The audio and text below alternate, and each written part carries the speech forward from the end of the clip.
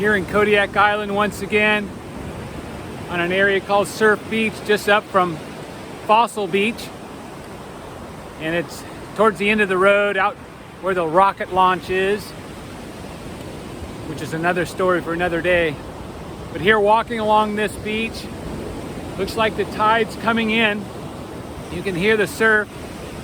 But this was an area that my father and I would frequent most every year. Why? Because you can kind of see down in the prints of the sand. If you look up really close, there's prints of a big buck, big deer, maybe even 2 or 3 of them stomping around here, making their way back into a place called Sacramento Valley.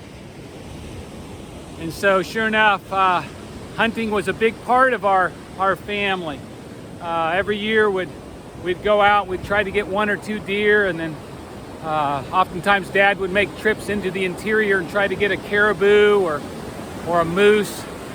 I went on moose hunt with him, and we got a moose and was able to stock the fridge and not force ourselves to go downtown and try to purchase the beef, which was the prices were sky high back then. So this was an area that we would come each year to go hunting. Hunting was a big part of our lives, and so we would come down this beach, and sure enough, look for those signs of deer activity and follow this beach all along the way. And so sure enough, we would try to time it and where the tide would be out, and then try to get back before the tide would come back in. So we would sure enough get together. Usually with hunting, it's pretty wise to have a buddy system going.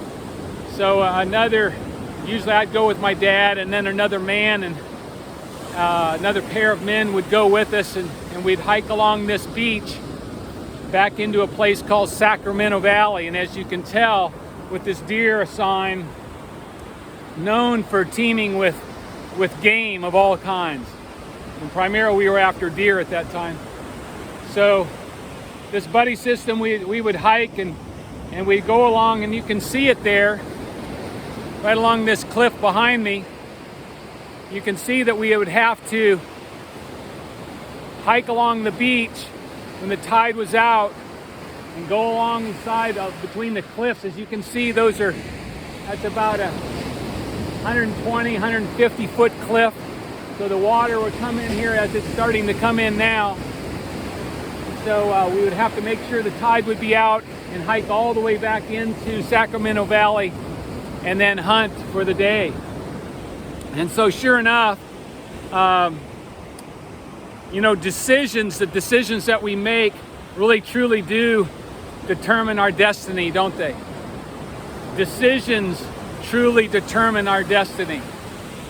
And so as I think and as I look at these cliffs leading back into Sacramento Valley, I'm kind of reminded of a time that my dad and I had to make a decision.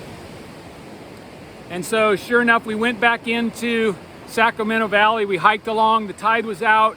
We hiked along the beach next to those cliffs, went into Sacramento Valley and hunted for the day.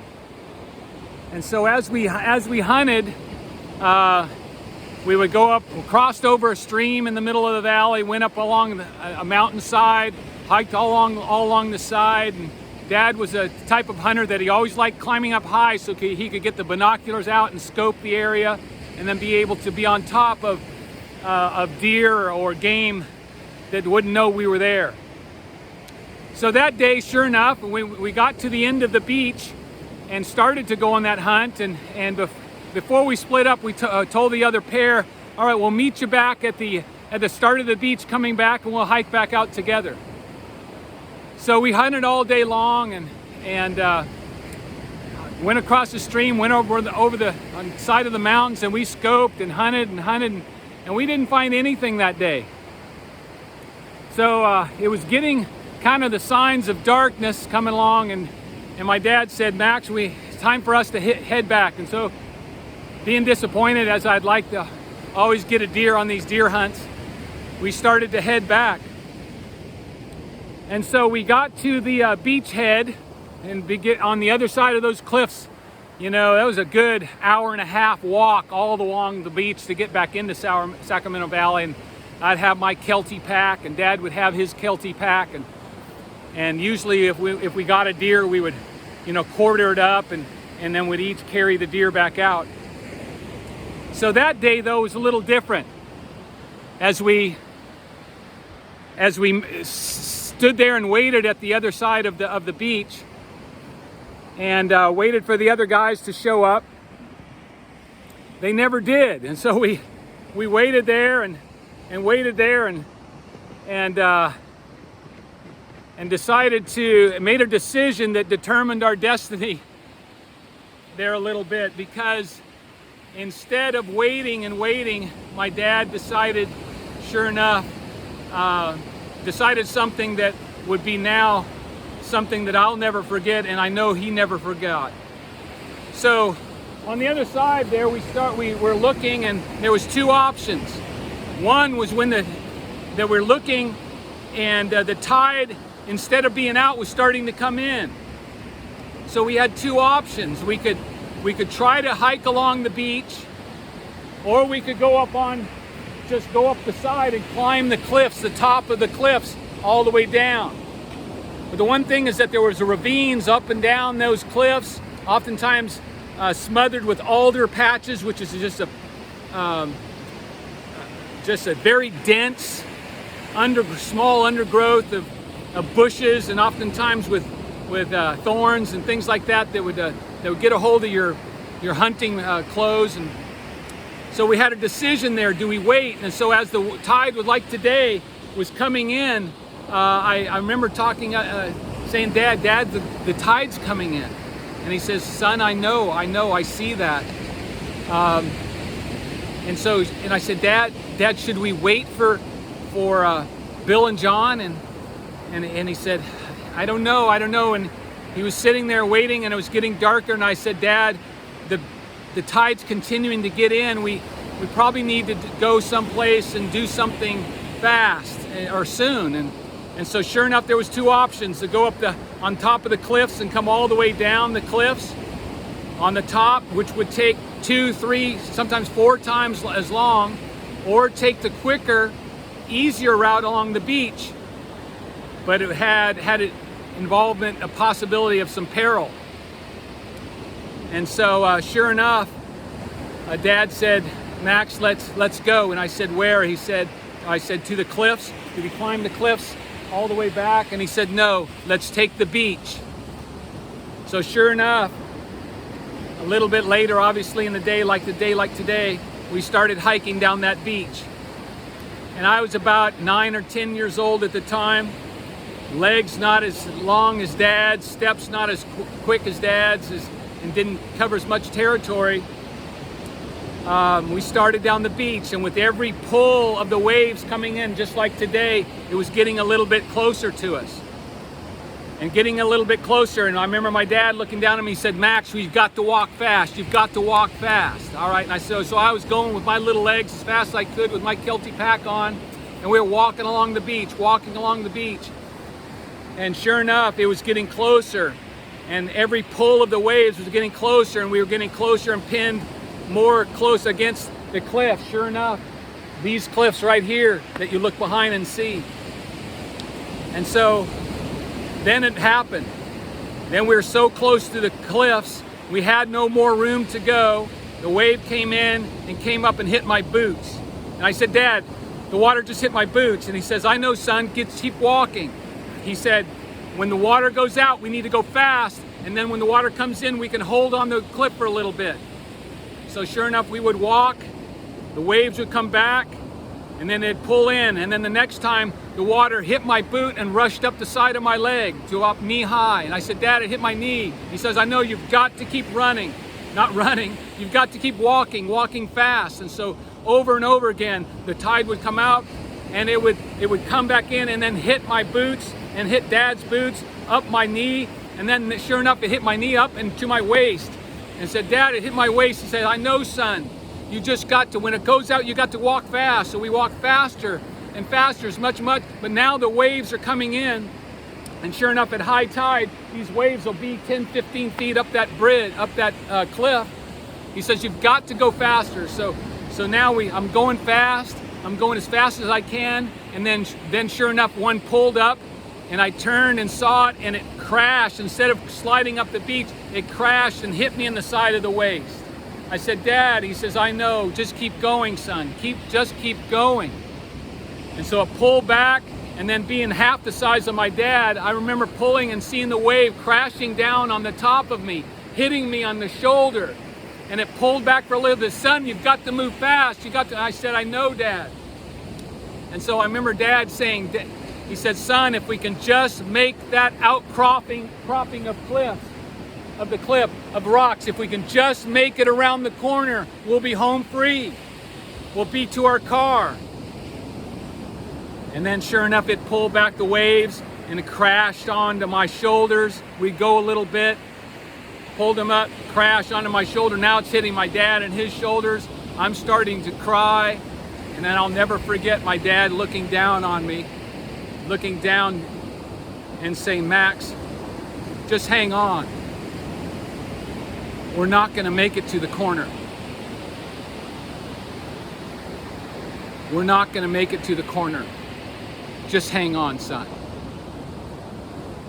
So as I remember that, hanging on to my father, crying as each wave continued to pound us now, continued to pound us. As you know, in this story, there's another story. There's another thing that was going on. It's the other two hunters. So they came to the beachhead, obviously about 15, 20 minutes after we left, maybe even a half hour after we left. And they looked at two sets of footprints in the sand, and later they said, no, Joe, you didn't. No, you didn't. And sure enough, he saw the footsteps, and we were out of sight around a bend, so they couldn't see us. So they turned and went up to the side of the mountain and hiked the cliffs all the way down, and sure enough made a guess of where they thought by the time because we were out of sight, where they thought we possibly could be. And so they started climbing down those cliffs, hand over hand, backward down, and got down, and sure enough, they had guessed right. Within 10, 15 feet, had to move over a little bit, and were right over the top of us. And to this day, I don't know how they did that. By God's grace and mercy, He allowed them to come close to us. And so I remember a hand reaching down, and he said, Joe, hand Max up. So I'm hanging on to my dad, continuing to getting pounded. And he said, son, you have to let go of me and you need to reach for the hand. And I said, no, Dad, I don't want to hold on to you. He says, you've got to let go and reach for the hand. So I let go of him. He turned, grabbed me, and lifted me up. And I grabbed that strong arm of that fellow hunter, and he pulled me up onto the cliffs, and I began to crawl up the cliffs and climbed right up to the top.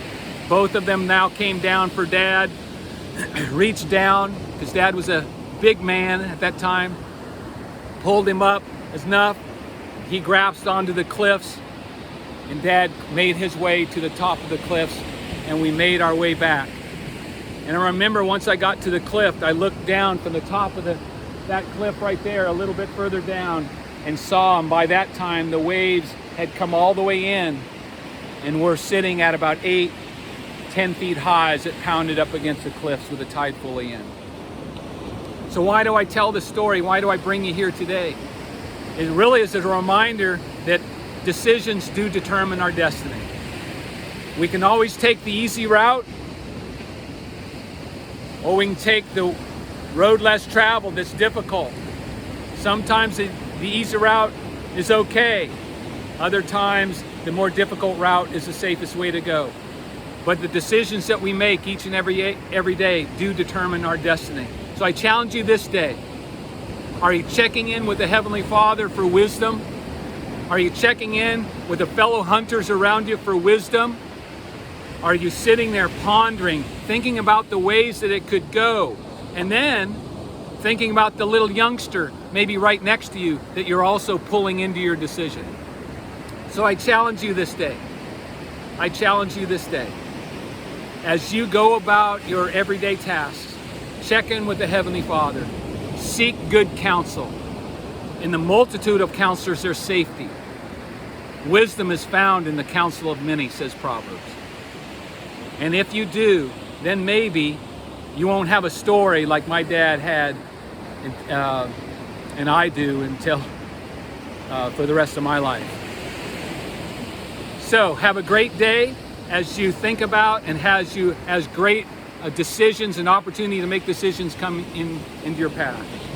As you know, I love you guys. Thanks for being here with me. Have a great rest of the day, and I'll talk to you soon. See you later. Bye-bye.